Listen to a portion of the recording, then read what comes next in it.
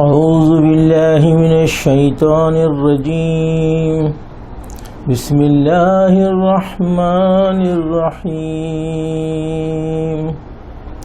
لن تنالوا البر حتى تنفقوا مما تحبون صدق اللہ العظیم وصدق اللہ مولانا الکریم۔ الحمدللہ آج کی تراویح چوتھی تراویح ہے اور اس میں 2 صورتیں تلاوت کی جائیں گی۔ ایک آل عمران رکوع 10 سے رکوع 20 تک، اور اس کے بعد تھوڑا سا 3 رکوع کا حصہ اس سے تھوڑا زائد سورہ نساء کا پیش کیا جائے گا۔ اللہ تبارک و تعالیٰ نے اس پارے کی ابتدا میں فرمایا لن تنالوا البر حتى تنفقوا مما تحبون، تم نیکی کو ہرگز نہیں پہنچ سکتے جب تک کہ اپنی وہ چیزیں خدا کی راہ میں خرچ نہ کریں جو تمہیں بہت زیادہ عزیز ہیں۔ تو حاضرین محترم، الحمدللہ بنی اسرائیل کے اندر اللہ تبارک تعالیٰ نے جو چیزیں حلال فرمائی تھیں، اور وہی سب کچھ چیزیں شریعت محمدی میں بھی حلال ہیں، لیکن چونکہ بنی اسرائیل کو شریعت محمدی سے الرجی تھی، وہ ہر مقام پر کچھ نہ کچھ ٹیڑھ نکالنے کی کوشش کرتے تھے۔ چنانچہ انہوں نے کہا یہ عجیب بات ہے کہ جو شریعت بنی اسرائیل میں حلال ہے آپ نے اس کو حرام کر دیا، اور جو حرام ہے اس کو حلال کر دیا۔ اور انہوں نے پیش کیا کہ دیکھو شریعت بنی اسرائیل کے اندر بہت ساری چیزیں حرام تھی، مثلا اونٹ کا گوشت وغیرہ، یہ تم نے حلال کر دیا۔ تو اللہ تبارک تعالیٰ نے فرمایا کہ نہیں، جو چیزیں بنی اسرائیل میں حلال تھی وہ سب بنی اسماعیل یعنی محمد صلی اللہ علیہ وسلم کی دی ہوئی شریعت میں حلال ہیں۔ البتہ تورات کے نزول سے پہلے یعقوب علیہ السلام نے خود اپنی مرضی کی بنا پر کچھ چیزوں کو اپنے اوپر میں حرام کر لیا تھا، لیکن تورات میں ایسی کوئی چیز حرام نہیں ہے۔ اگر واقعتاً تم سچے ہو تو لاؤ تورات کو اور بتلاؤ اس کی عبارت کوئی ایسی ہے، لیکن چونکہ وہ غلط تھا، الزام تھا، اس لیے وہ نہیں لا سکے، اور اس طریقے سے ان کا یہ پانسا بھی انہی پر الٹ کر رہ گیا۔ بتلایا گیا کہ سب سے پہلے عبادت گاہ زمین پر کعبۃ اللہ شریف ہے۔ اللہ تبارک تعالیٰ نے فرمایا وَلِلَّهِ عَلَى النَّاسِ حِجُّ الْبَيْتِ مَنِ اسْتَطَاعَ إِلَيْهِ سَبِيلًا وَمَنْ كَفَرَ فَإِنَّ اللَّهَ غَنِيٌّ عَنِ الْعَالَمِينَ، یعنی یہ اللہ کا حق ہے انسانوں پر کہ جس کو اللہ تبارک تعالیٰ نے زاد راہ جانے آنے کا سامان اور سبیل دیا ہے وہ اللہ کے اس گھر کا حج کرے۔ لیکن اگر کوئی ان تمام چیزوں کے باوجود بھی حج نہیں کرتا ہے تو اللہ تعالیٰ فرماتے ہیں غنی عن العالمین، بے شک اللہ تبارک تعالیٰ ساری چیزوں سے، ساری دنیا سے بے نیاز ہے، اس کو کوئی ضرورت نہیں کسی کے آنے کی، یہ تو بندوں کے لیے اللہ تبارک تعالیٰ نے نعمت رکھی ہے۔ اور اس طریقے سے فرمایا کہ اے لوگو جو ایمان لائے ہو اللہ سے ڈرو جیسا کہ اس سے ڈرنے کا حق ہے، اور تمہیں موت نہ آئے مگر اس حال میں کہ تم مسلم ہو، فرما بردار ہو۔ یعنی مطلب یہ کہ اللہ تبارک تعالیٰ فرما رہے ہیں کہ ساری زندگی ہر لمحہ تم اس حال میں رہو کہ اللہ سے ڈرتے ہوئے زندگی گزارو، اور جو ہے اس حال میں تمہیں موت نہ آئے کہ تم اللہ کے نافرما بردار رہو، بلکہ فرما بردار بندے کی طرح تم جو ہے اس دنیا سے رخصت ہو۔ فرمایا گیا کہ دیکھو تم اللہ تبارک تعالیٰ نے تم پر کتنے احسانات کیے، تمہارے اندر آپس میں دشمنیاں تھی، اللہ نے تم کو بھائی بھائی بنا دیا، تم ایک دوسرے سے محبت کرنے والے بن گئے، تم آگ کے گڑھے کے کنارے کھڑے تھے، اللہ تبارک تعالیٰ نے تمہیں وہاں سے نجات دی۔ اور اس طریقے سے تم میں سے کچھ لوگ ایسے ہیں ہونے چاہیے جو نیکی کی طرف بلائیں، برائیوں سے پرہیز کریں اور لوگوں کو بھلائیوں کا حکم دیں، برائیوں سے روک دیں،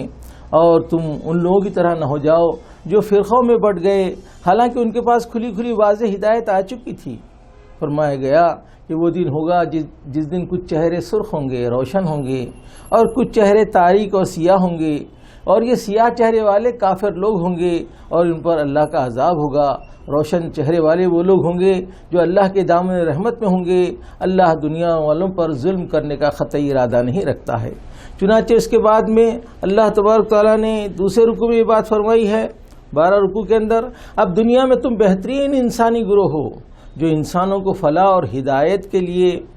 تم بھیجے گئے ہو، تم نیکی کا حکم دیتے ہو، بدی سے روکتے ہو، یہ کیا ہی اچھا عمل ہے۔ اہل کتاب بھی اگر ایمان لاتے اگر وہ بھی یہی کام کرتے تو ان کے لیے بہتر ہوتا۔ یہ بے شک ان میں سب لوگ ایسے نہیں ہیں، بہت سارے ایسے بھی ہیں جو اللہ اور اس کے رسول کے احکامات پر جو ہے چلتے ہیں اور دین کے راستے میں جو ہے کوششیں کرتے ہیں، تگودو کرتے ہیں،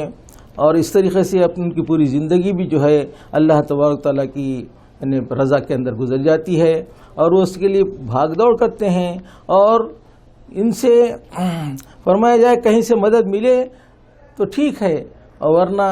ان پر ذلت ماری گئی الا کہ انہوں نے اللہ یا جو ہے دوسرے انسانوں کی پناہ لی گئی۔ مطلب یہ کہ بنی اسرائیل پر اللہ تبارک تعالیٰ نے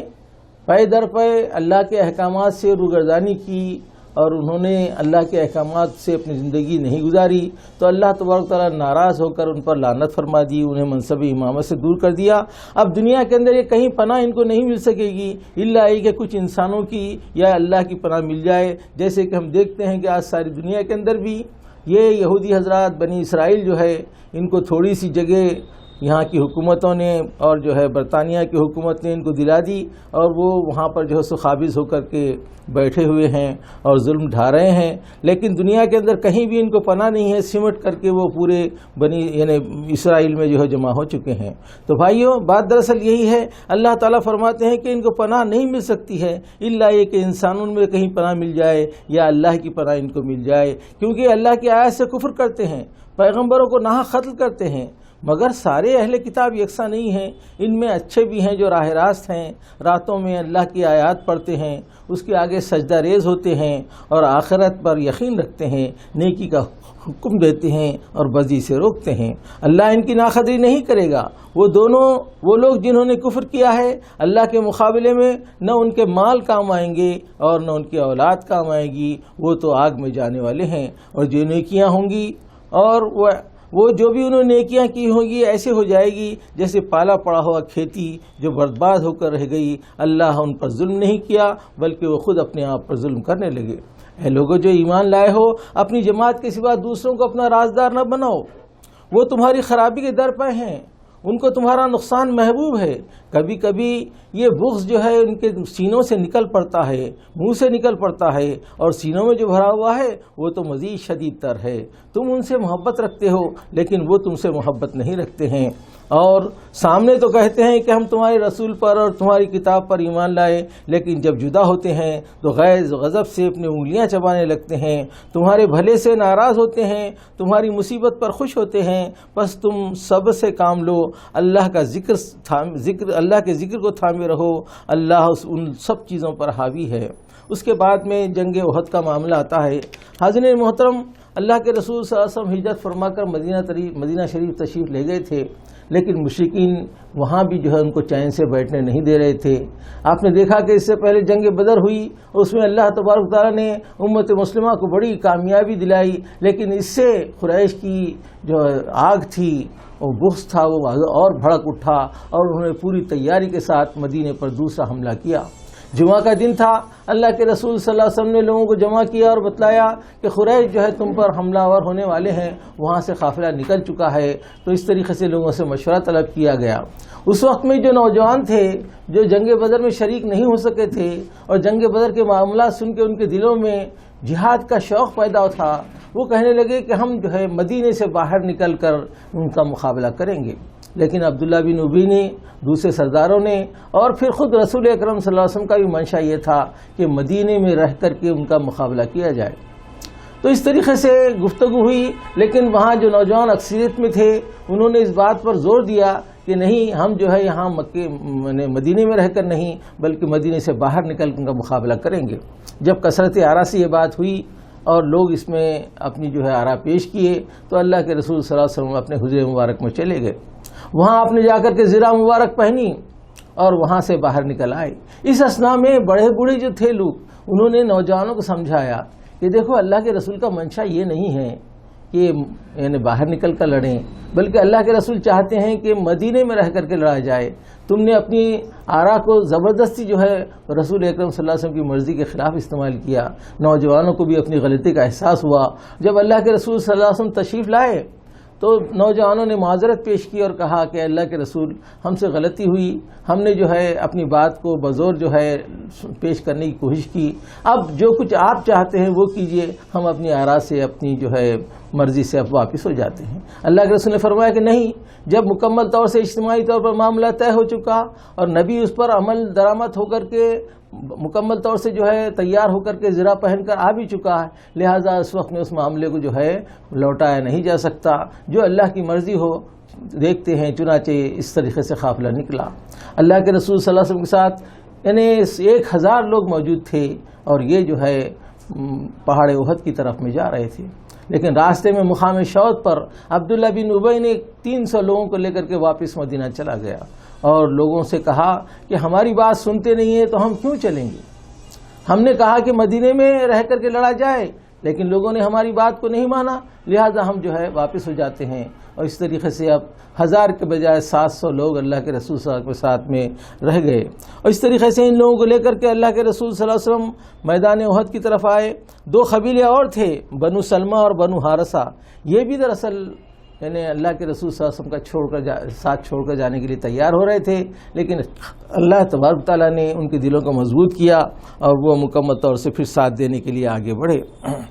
تو حاضرین محترم، اس طریقے سے عبداللہ بن ابی کے ساتھ 300 لوگوں کی چلے جانے کی وجہ سے مسلمانوں کی جمعیت کمزور ہو گئی، اور اس کے بعد اللہ کے رسول صلی اللہ علیہ وسلم میدان احد میں پہنچے۔ احد کا جو پہاڑ تھا اس کو آپ نے پیٹ پیچھے لے کر کے صف بندی کی، اور اس طریقے سے مشرکین مکہ ادھر سے آئے اور یہاں پر اللہ کے رسول صلی اللہ علیہ وسلم نے پیچھے پہاڑ کو لے کر کے پورے 700 لوگوں کی صف بندی کی، لیکن پیچھے سے ایک درہ تھا، اس درے سے پیچھے کی طرف سے حملہ کرنے کا امکان تھا، تو اللہ کے رسول صلی اللہ علیہ وسلم نے وہاں پر 50 تیر اندازوں کو حضرت جبیر کو دے کر کے جو ہے وہاں پر کھڑا کر دیا، اور ان لوگوں سے کہا کہ دیکھو تم لوگ یہاں پر کھڑے رہو، مدافعت کرنا۔ عبداللہ بن جبیر کو وہاں پر کھڑا کر دیا اور حکم دیا کہ تم یہاں سے اپنی جگہ چھوڑنا نہیں، اگر تم دیکھو گے کہ پرندے ہمارے گوشت نوچ رہے ہیں، مکمل طور سے ہم کو غزن پہنچائی جا رہی ہے، تب بھی تم اس مقام کو نہ چھوڑنا۔ اور اس طریقے سے اس درے پر 50 تیر اندازوں کو کھڑا کر کے اللہ کے رسول صلی اللہ علیہ وسلم میدان جہاد میں کھڑے ہوئے۔ اس طریقے سے مکمل طور سے آپ نے ایسی جو پلاننگ کی کہ دنیا آج بھی دیکھ کر دنگ ہے کہ اللہ کے رسول صلی اللہ علیہ وسلم نے جنگ کا ایسا کیسا مضبوط نقشہ بنایا۔ اس کے بعد جنگ شروع ہوئی، جیسا کہ اللہ کے رسول کی مدد کا وعدہ کیا تھا، اور جو ہے پہلی مرتبہ جب جنگ ہوئی تو مسلمان جیتنے لگے، مشرکین بھاگنے لگے، اور پھر مسلمان جو ہے ان کے مال و اسباب کو لوٹنے لگے۔ اس درے کے پاس جو 50 لوگ کھڑے ہوئے تھے عبداللہ بن جبیر رضی اللہ عنہ کی سرکردگی میں، انہوں نے کہا کہ اب تو جیت ہو چکی ہے، لہذا جب لوگ مال لوٹ رہے ہیں تو ہم کیوں یہاں پر ٹھہریں، ہم بھی یہاں سے نکلتے ہیں۔ حضرت عبداللہ بن جبیر نے لوگوں سے روکا اور کہا کہ دیکھو اللہ کے رسول نے منع فرمایا ہے، لہذا ہم کو جو ہے یہاں سے اس مقام کو نہیں چھوڑنا چاہیے، لیکن ان لوگوں نے سنا نہیں، اور اس میں سے 50 میں سے 40 آدمی اس درے کو چھوڑ کر چلے گئے۔ اب ادھر مشرکین بھاگے جا رہے تھے۔ خالد بن ولید رضی اللہ تعالیٰ عنہ جو بھی مسلمان نہیں ہوئے تھے، یہ بہت اچھے جنرل تھے، انہوں نے دیکھا کہ درہ خالی ہے اور وہاں پر جو ہے یعنی جو دستہ تھا وہ دستہ جگہ چھوڑ کر نکل چکا ہے، تو آپ نے بڑا لمبا چکر کاٹ کر کے پیچھے سے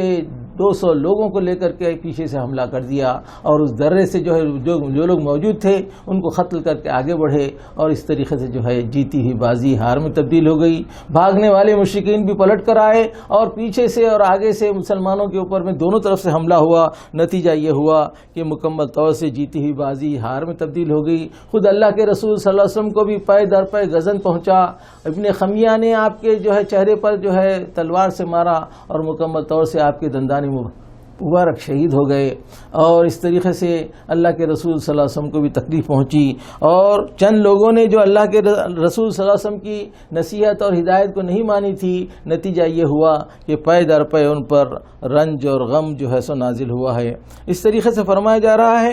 کہ دیکھو اللہ تبارک تعالیٰ کی راہ میں جو ہے مجتمع ہو کر لڑنا چاہیے، اس میں اختلاف نہیں کرنا چاہیے۔ اختلاف ہونے کی وجہ سے جو نقصانات ہوتے ہیں وہ بے انتہا ہوتے ہیں۔ اس کے بعد دوسرے رکوع میں اللہ تبارک تعالیٰ فرماتا ہے کہ دیکھو مال کی محبت کا جب تذکرہ نکلا تو سود کی بات بھی آ گئی۔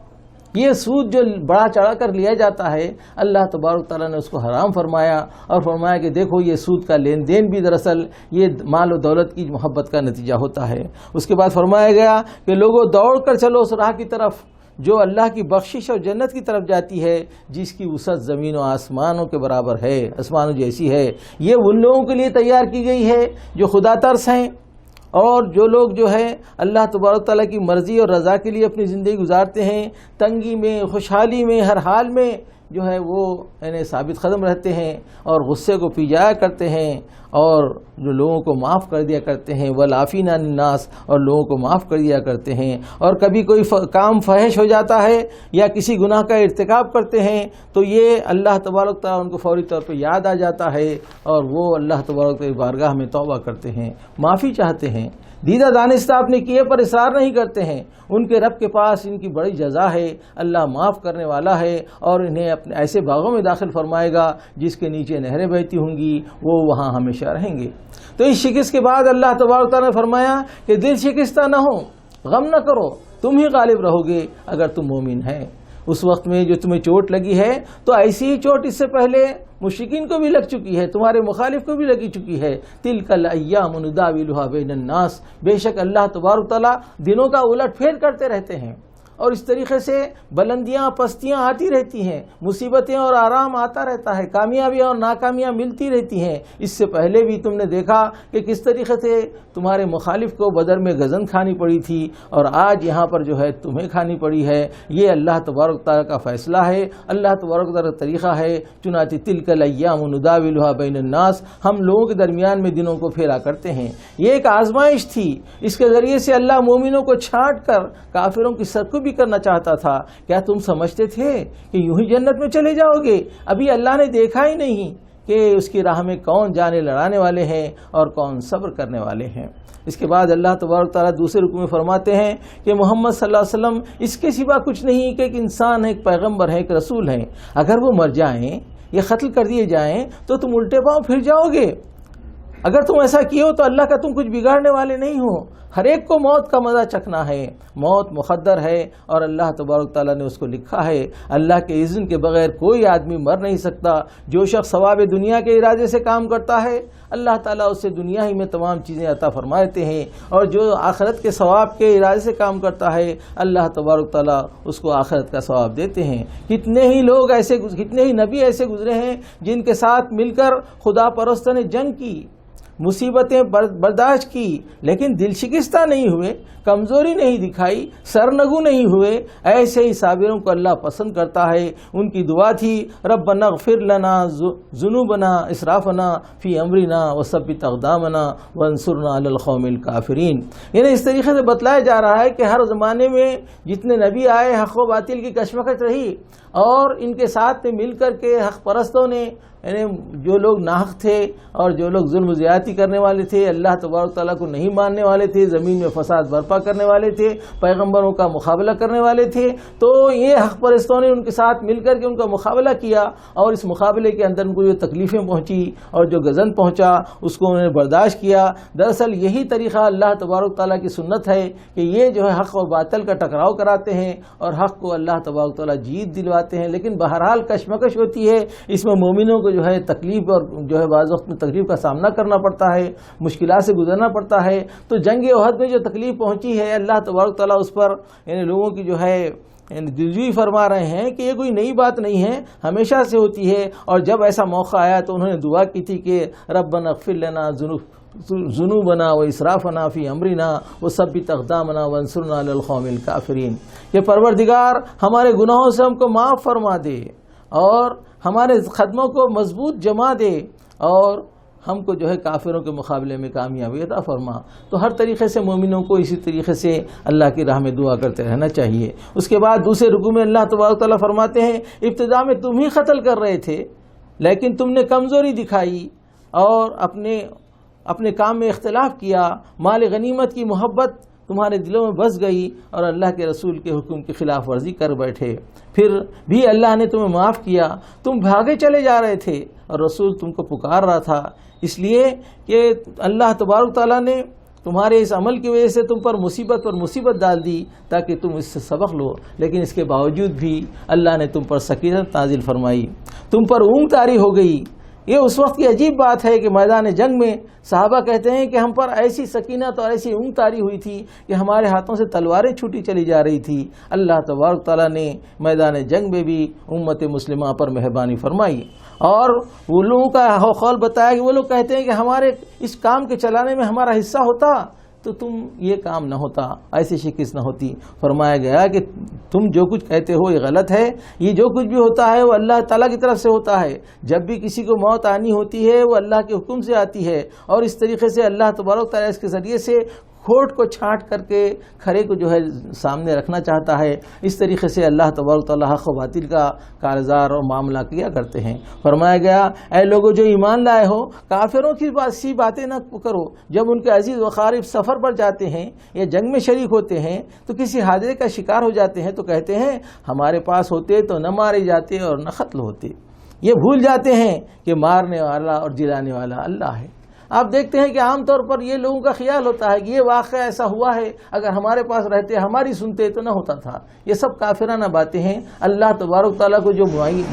منظور ہے وہ مکمل ہو کر کے رہتا ہے. اللہ تبارک تعالیٰ ان کے قول کو یہاں پر پیش کر کے بتلایا ہے کہ ایسی کافرانہ باتیں مومنوں کو نہیں کرنی چاہیے. اے نبی صلی اللہ علیہ وسلم، آپ اللہ کی رحمت سے نرم مزاج واقع ہوئے ہیں، آپ تنخو اور سخت مزاج نہیں ہیں. اگر آپ تنخو ہوتے تو یہ لوگ آپ سے چھٹ جاتے تھے. بس آپ ان کو معاف کر دیجئے، شریک مشورہ کیجئے، اور جو لوگ اللہ کی راہ میں مارے گئے ہیں انہیں مردہ نہ سمجھو، بلکہ اللہ تبارک تعالیٰ ان کو رزق دیتا ہے اور ایک زندگی عطا فرمائی ہے. تو اللہ کی راہ میں جان دینے والوں کے تعلق سے بڑی خوشخبری ہے کہ ان کو مردنی جیسی چیز جو ہے نہیں آتی ہے. جیسے عام لوگ مر جاتے ہیں ویسے نہیں ہوتے ہیں. اللہ کی راہ میں مرنے والے لوگوں کو اللہ تبارک تعالیٰ ایک زندگی دیتا ہے. وہ زندگی تمہارے شعور سے بہت بلند تر رہتی ہے. اللہ تبارک تعالیٰ انہیں رزق بھی دیتا ہے، اور مکمل طور سے اللہ تبارک تعالیٰ کی راہ میں جان دینے والوں کی اللہ تبارک تعالیٰ قدر فرماتا ہے. چنانچہ اس کے بعد سورہ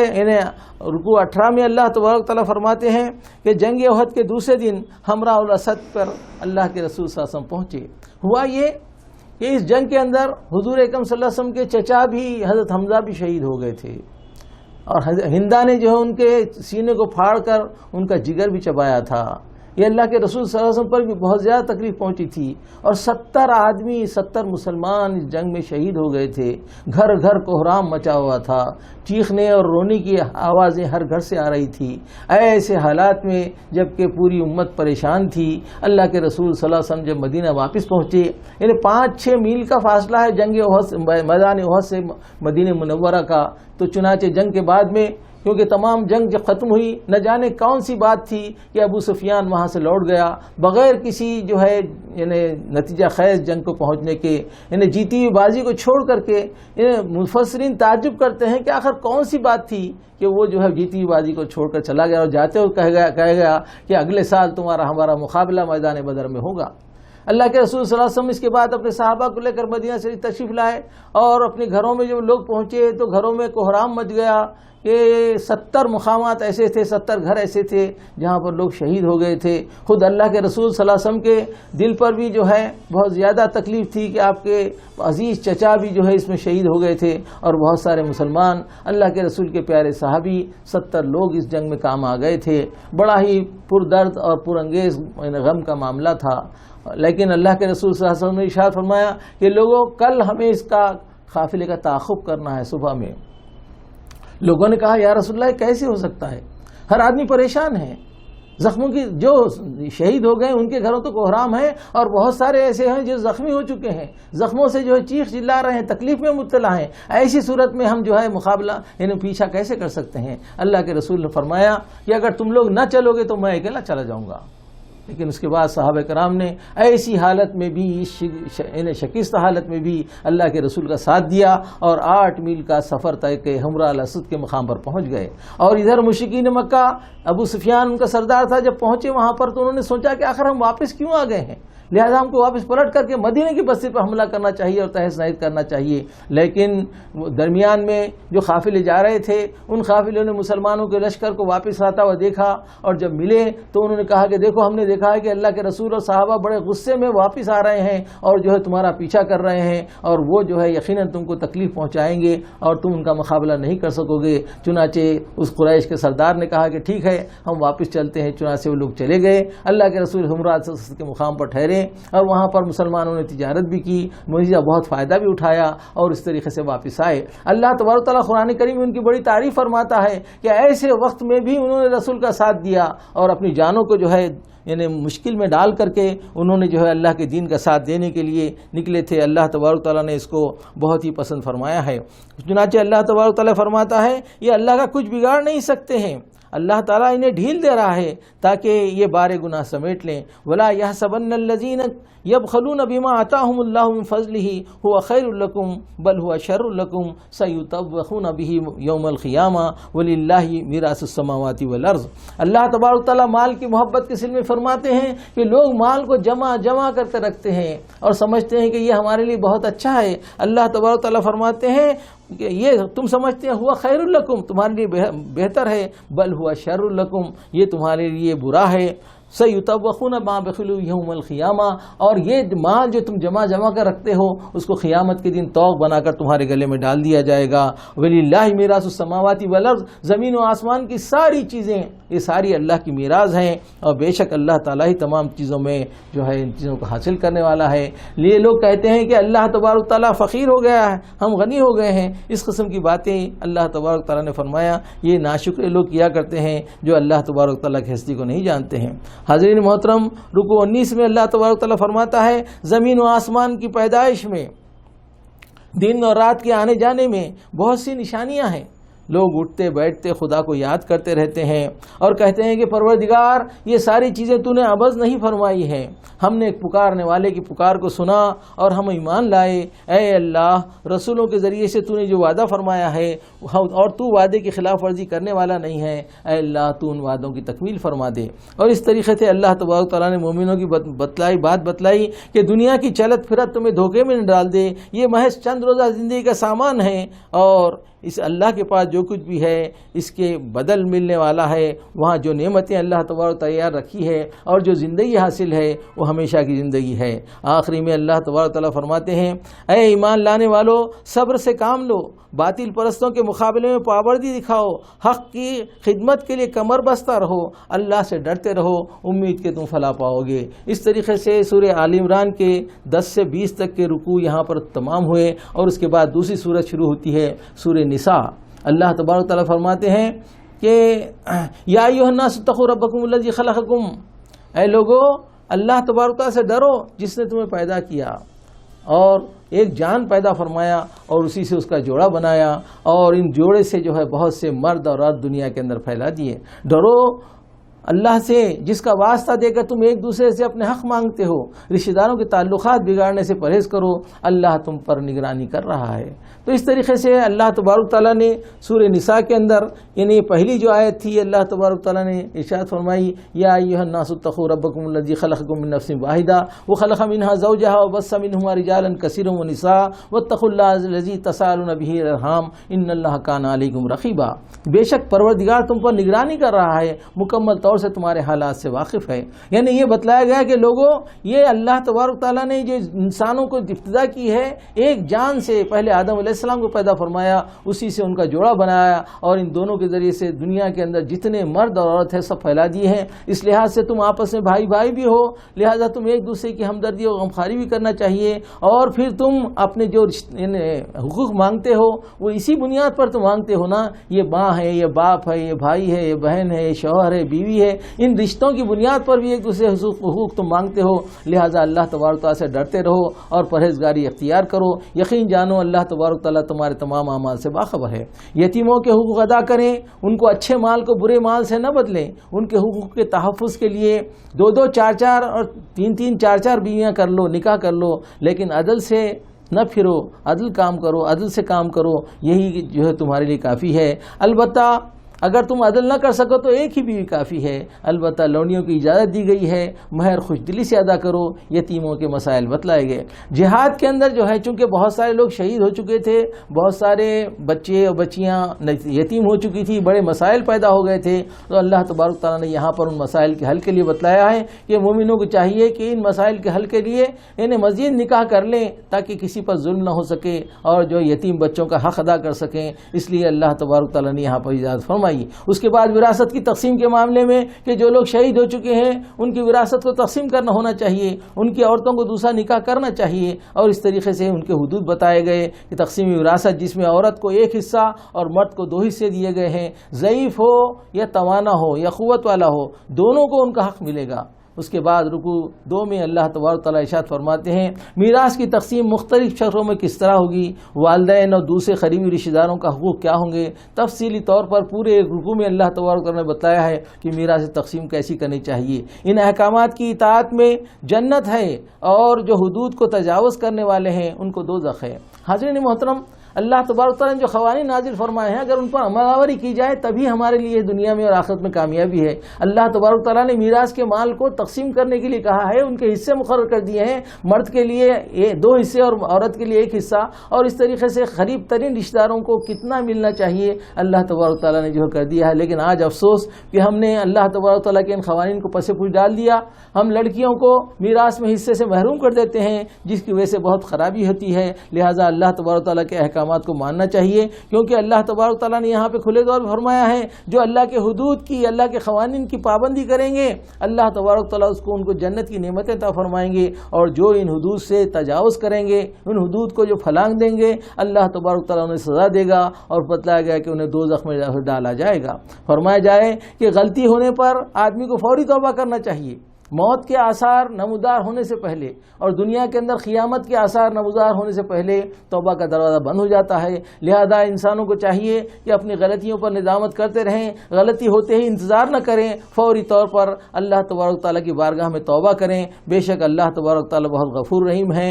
اور جو ہے گناہوں کو معاف فرمانے والا ہے. اور جو لوگ کافر ہیں ان کی دعا کو اللہ تبارک تعالیٰ مرتے دم تک قبول نہیں کرے گا. ہاں اگر انہیں توبہ کر لی تو یقیناً اللہ تعالیٰ توبہ قبول کرنے والا اور معاف فرمانے والا پائیں گے. مہر ضرور ادا کریں, بدچلنی کے مرتکب ہوں تو سزا دیں. اگر تمہیں ایک بات ناپسند ہو تو اللہ اس میں بہت سی بھلائیاں رکھی ہوں گی. دوسری بیوی لانا چاہتے ہو تو پہلی بیوی کو جو مال دیا ہے واپس نہ لو. باپ کی منکوحہ حرام ہے. نکاح کے لیے رشتے بتلا دیے گئے کہ کون سے رشتے حرام ہیں, اس کی پوری تفصیل دی گئی ہے کہ ماں ہے, خالہ ہے, بہن ہے, چچی ہے, بھانجی ہے, بھتیجی ہے, پوری تفصیل بتلا دی گئی کہ کون کون سے رشتے ہیں جن میں نکاح حرام ہے, جن کو نکاح کیا نہیں جاتا ہے. اس کے بعد فرمایا گیا کہ دیکھو ایک ہی وقت میں 2 بیویوں کو جمع مت کرو, 2 بہنوں کو جمع مت کرو. 2 بہنیں ایک ہی وقت میں نکاح میں نہیں رہ سکتی. ہاں البتہ ایک بہن انتقال ہو جائے تو دوسری سے نکاح کیا جا سکتا ہے. اس طریقے سے آپ دیکھیں گے سورہ نساء کے اندر تمام معاشرتی احکام اللہ تبارک تعالیٰ نے اس کے اندر دیے ہیں, اور مکمل طور سے امت مسلمہ کو اس دنیا میں اللہ کے احکامات کے مطابق زندگی گزارنے کا طریقہ دیا ہے. لہٰذا ہمیں اس بات کی کوشش کرنی چاہیے اللہ کی کتاب کو پیش نظر رکھیں, اللہ کے احکامات کو پیش نظر رکھیں, اور دنیا جس طریقے سے چلتی ہے ویسے نہ چلیں, بلکہ اللہ تبارک تعالیٰ جن احکامات کو دیا ہے, جس طریقے سے زندگی گزارنے کا دیا ہے, جن کو حرام اور حلال رشتے بتلایا ہے, اس کے لحاظ سے ہمیں زندگی گزارنے کی کوشش کرنی چاہیے. اللہ تبارک تعالیٰ سے دعا ہے کہ وہ ہم کو قرآن کو سمجھنے, اس کے احکامات پر عمل کرنے کی توفیق عطا فرمائے. وآخر الدعوانا ان الحمد للہ رب العالمین.